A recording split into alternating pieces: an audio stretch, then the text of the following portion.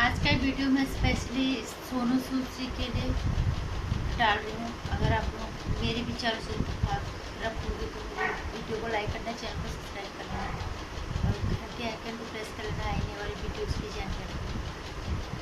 नमस्कार।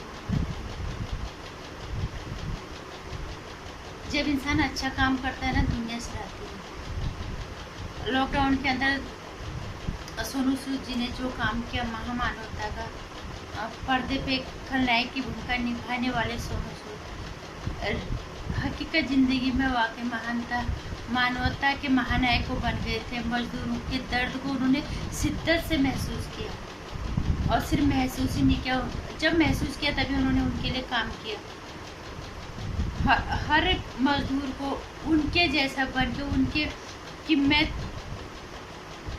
तुम्हारा दर्द बांटने के लिए तुम्हारा अपना सोनू सूद है और मैं तुम्हारे दर्द में तुम्हारा साथ दूँ और उनको उनके घर तक पहुँचाए। बाकायदा हर तरह का उनका साजो सामान के साथ खाने पीने की व्यवस्था से लेके उनके घर छोड़ने गाड़ी तक का सारे इंतजाम उन्होंने करके दिया।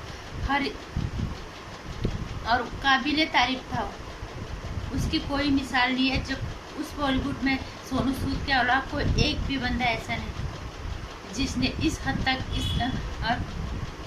आगे आगे काम किया।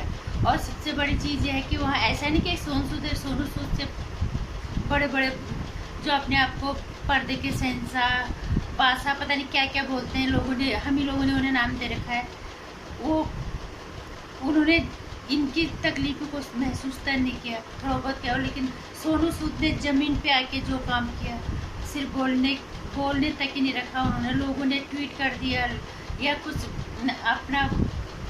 अपने उपदेश दे दिए, लेकिन उन्होंने ज़मीन पे उतर के मजदूरों का दर्द समझा, उनके लिए काम किया। लेकिन वो एक अलग चीज़ है, वो महानता का महानायक था सोनू सूद है। अब एक अलग महानता थी वो उनकी। लेकिन अब जो आज महाराष्ट्र में, तब उन्होंने ये कहा था कि जो इन मजदूरों को हम कैसे छोड़ दें, इन्होंने हमारे घरों की सारा कुछ बना रखा है, इनको हम सड़कों पे कैसे छोड़ दें। सैल्यूट करते हैं हम उस सोच को, जिस लेवल की, जिस ऊंचे स्तर की उनकी सोच थी। लेकिन मैं आज सोनू सूद जी से एक बात कहना चाहूँगी कि जिस महाराष्ट्र में आके वो उन्होंने कर्मभूमि बनाई है, उस महाराष्ट्र के अंदर अगर कुछ गलत होता है,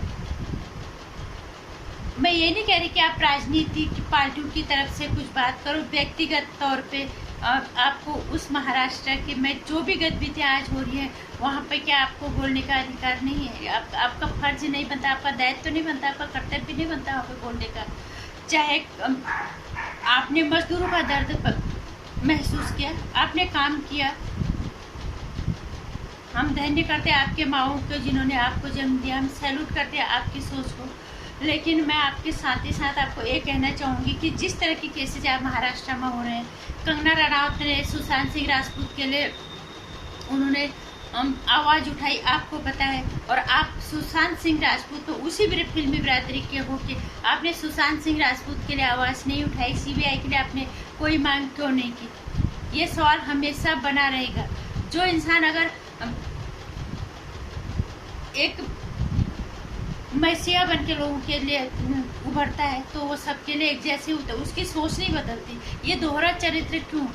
मैं सिर्फ एक ही बात उनको बोलना चाहूँगी, दोहरा चरित्र क्यों?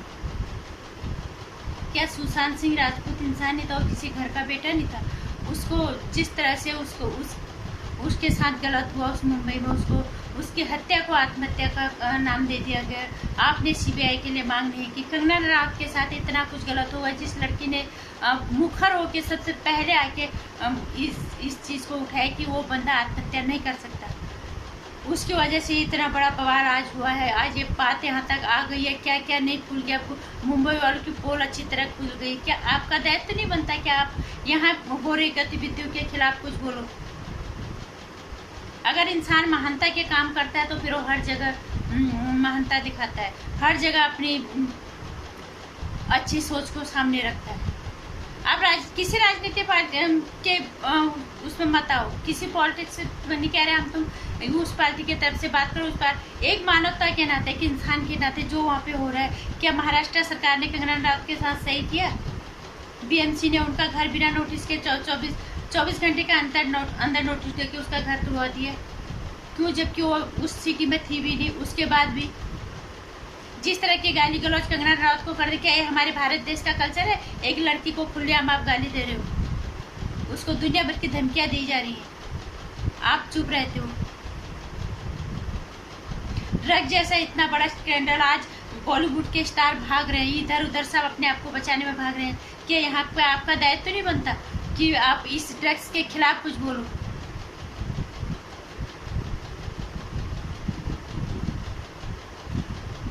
अनुभव कश्यप, जिन पे कल पायल रोहतगी ने उनके खिलाफ FIR दर्ज कर दी है, उन्होंने उनके साथ बहुत गलत काम करने की कोशिश की।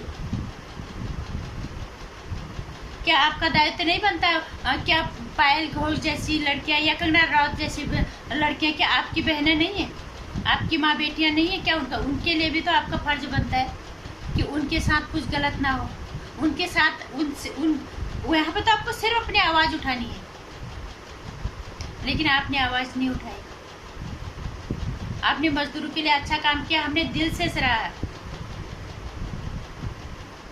एक बार नहीं, हमने कई दफे पूरा, हर बार हम किस तरह का, मतलब एक अच्छा इंसान कहीं पे भी हो सकता है। हमने बॉलीवुड के इस पत्थरों से भरा वाला दिल जो है, इनके बीच में सिर्फ एक सोनू सूदी था जो कि इंसान बन के, महानायक बन के, गरीबों का मसीहा बन के सामने आया, उनके दर्द को समझा, गांव वहाँ उनके घरों तक पहुँचाया। लेकिन ये कैसा दोहरा चरित्र है सोनू सूदी कि आप किसी महिला के दर्द को नहीं समझा।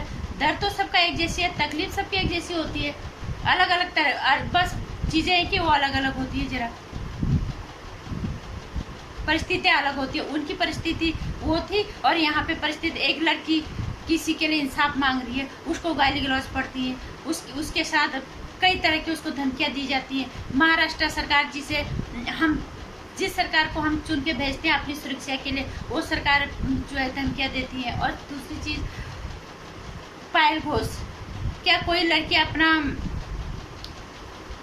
अपना करियर बनाने उस मुंबई में सुरक्षित नहीं रह सकती?